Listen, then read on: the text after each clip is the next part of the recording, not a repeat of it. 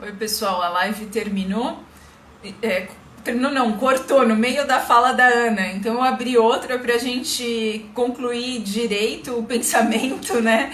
E não ficar com essa no meio da frase da Ana do pensamento, a gente ir se encaminhando mais uns 10 minutinhos para a gente ir terminando.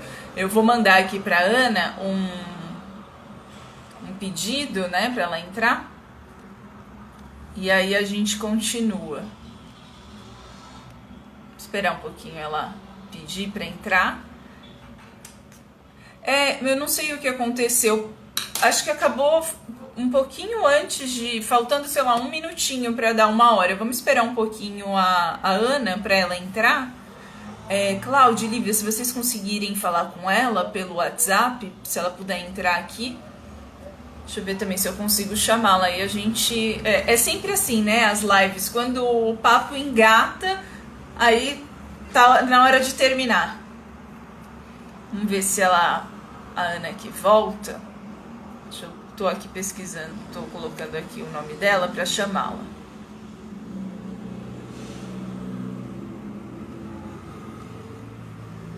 Vou aguardar um pouquinho para ver se ela pede para entrar.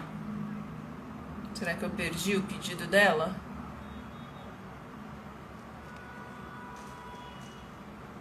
Aqui, ela pediu, já estou aceitando.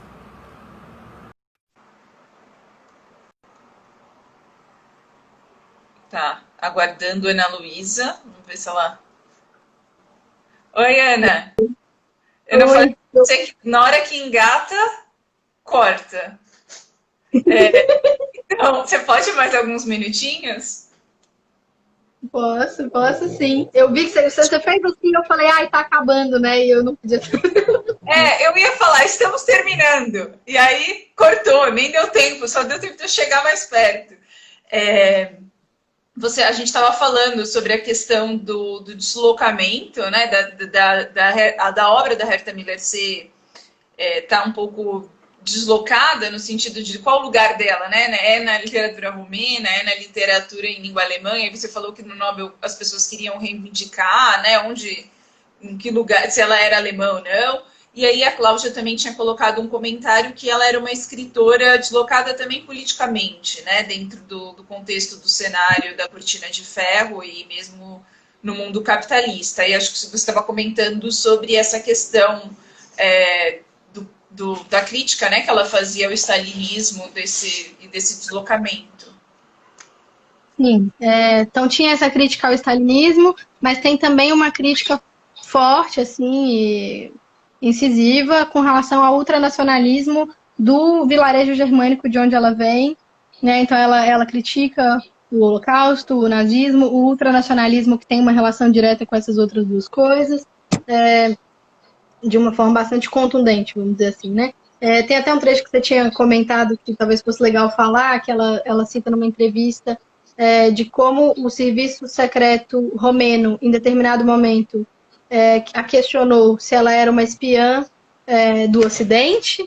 Ela pôde fazer viagens, né? A Herta Miller, logo que ela foi publicada no Niederrumi no começo, ela ganhou prêmios na Alemanha. E aí ela foi liberada para fazer algumas viagens, o que era difícil na Romênia poder ir para o exterior. Inclusive, ela é questionada do porquê que ela não aproveitou e ficou lá, porque ela não fugiu. Né? E ela disse que ela tinha um compromisso de voltar com as pessoas que tinham relação com ela, com uma série de coisas, e por isso ela sempre voltou, até que ela saiu oficialmente para ficar exilada. E quando ela chega na Alemanha, tem um determinado momento que ela investigada pelo serviço secreto alemão, como se ela fosse uma informante do serviço secreto romeno.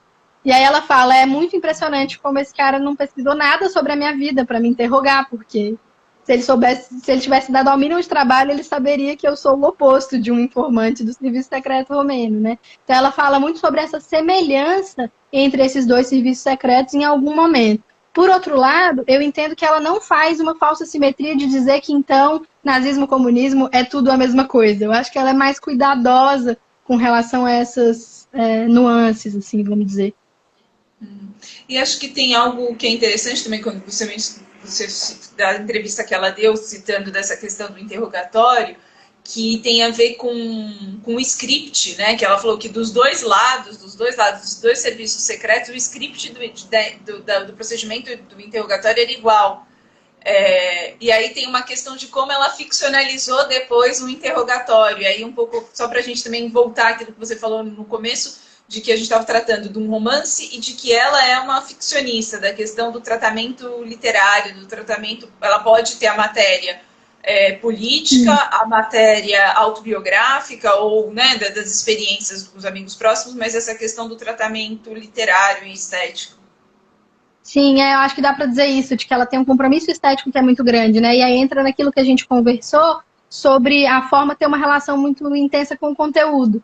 Então, é uma forma que tem um compromisso com essa matéria, mas que se reconhece enquanto forma, enquanto estética, e tem uma outra relação, assim. E aí tem várias frases que ela fala sobre isso, acho que essa do interrogatório é bem interessante mesmo, em que ela diz que ela precisa ter vivido 10 interrogatórios para escrever um interrogatório, mas que esse interrogatório que ela escreveu não é nenhum daqueles 10. Né? Tem um outro que ela diz algo similar sobre uma rua, eu preciso ter passado X vezes por essa rua para escrever, mas a rua que eu escrevi já é outra. Então, para ela é muito importante essa diferenciação, e eu acho que isso é legal de trazer, porque na teoria literária, às vezes, principalmente para quem está de fora, fica uma coisa muito de que a gente estuda o que o autor quis dizer. E eu sou bastante contra isso, assim, né? Não é sobre o que ele quis dizer, é sobre o que está escrito, efetivamente.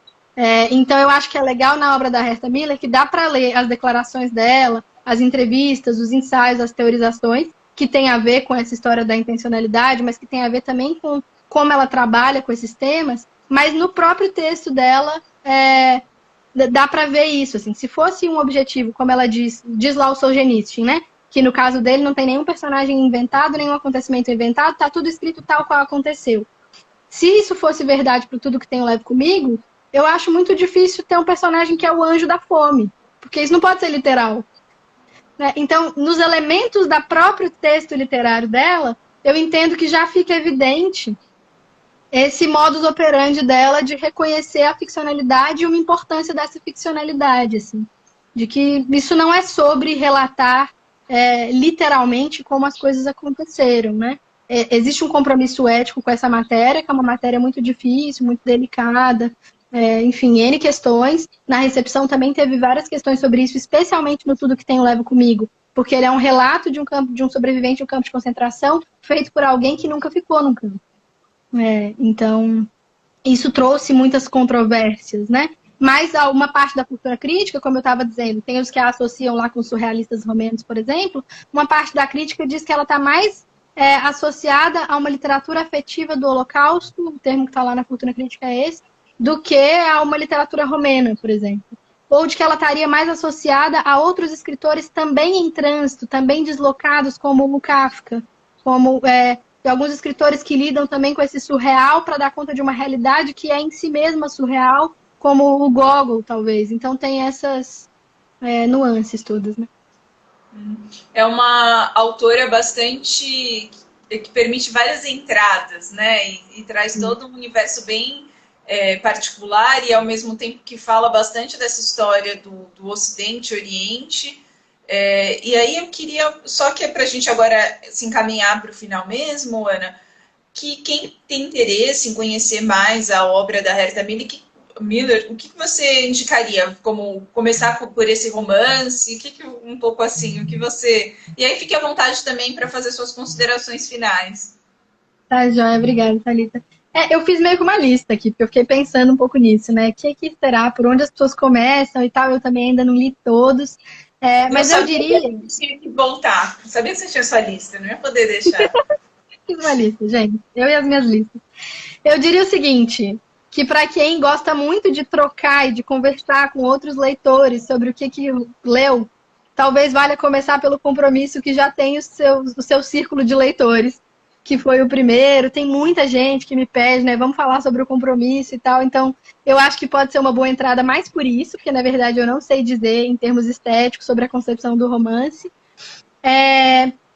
Para quem quiser uma estrutura um pouco mais linear, nesse sentido de se localizar no romance, eu acho que é legal começar pelo Tudo que Tem. Eu acho que ele pode ser uma boa entrada. Ele também já dá um pouco esses sinais desse lirismo, dessas imagens, desse tom surreal. Um outro que estaria parecido em relação a tudo que tem nessa coisa de um pouco mais de linearidade, mas que eu costumo dizer que ele é mais escatológico, ele tem mais secreções aparecendo, ele causou muito incômodo na comunidade germânica dela de origem, porque eles entendem que ela os retratou de uma forma muito ruim, para eles muito negativa, é o Depressões, que são contos, então para quem gosta de contos, novela,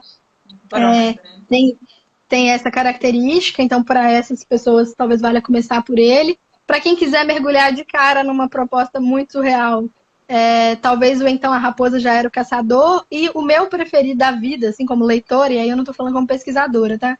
Inclusive como pesquisadora, porque tinha muitos objetos para trabalhar, eu precisei escolher um só, né? Mas como leitora, o meu preferido é o Fera d'Alma.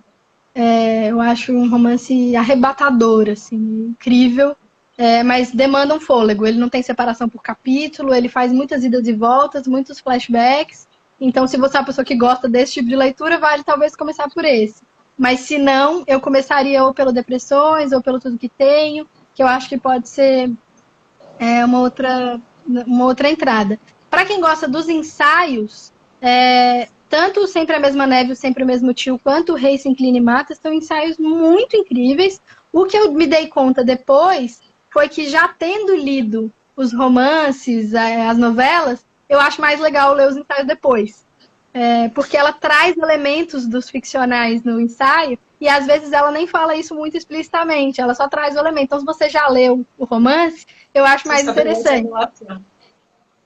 Então os ensaios dela também tem algo de muito literário, inclusive tem Fortuna Crítica sobre isso também. Gente falando sobre a literariedade da escrita ensaística dela. E por fim, para quem tiver interesses específicos na biografia, nas questões de contexto histórico e tal, vale ler o Minha Pátria Era um Caroço de Maçã, que são entrevistas, né? Que traz um pouco dessa biografia assim, um pouco mais crua. Nada do que a Herta escreve, eu diria que não tem o caráter literário, assim, tudo tem elementos de trabalho literário muito forte, mas o que menos tem talvez seja o Minha Pátria Era um Caroço de Maçã. Acho que é isso. Ana, muitíssimo obrigada por compartilhar com a gente aqui da sua pesquisa, de tudo que você, né, vem estudando sobre a Herta Miller. Acho que quem acompanhou, quem não conhece, ficou com um gostinho, assim, com vontade de sair daqui e ler a Herta Miller. Muito obrigada, Ana. Foi um prazer conversar com você. É a primeira vez que a gente faz parte 2 para terminar direito. O assunto rendeu. Burlando o Instagram, né? A live do Instagram. Então, muito obrigada, Ana. E deixa eu só... agradeço muitíssimo mesmo a sua participação. Obrigada. Obrigada, Thalita. Eu esqueci de agradecer, né? Você disse que eu podia fazer minhas considerações finais. Queria agradecer muito a você, a Cláudia, a Lívia, pelo convite, pela preparação. A reunião que a gente fez antes foi importante para alinhar e tudo, para me preparar. Agradecer todo mundo que está aqui comentando, assistindo, faz muita diferença para mim.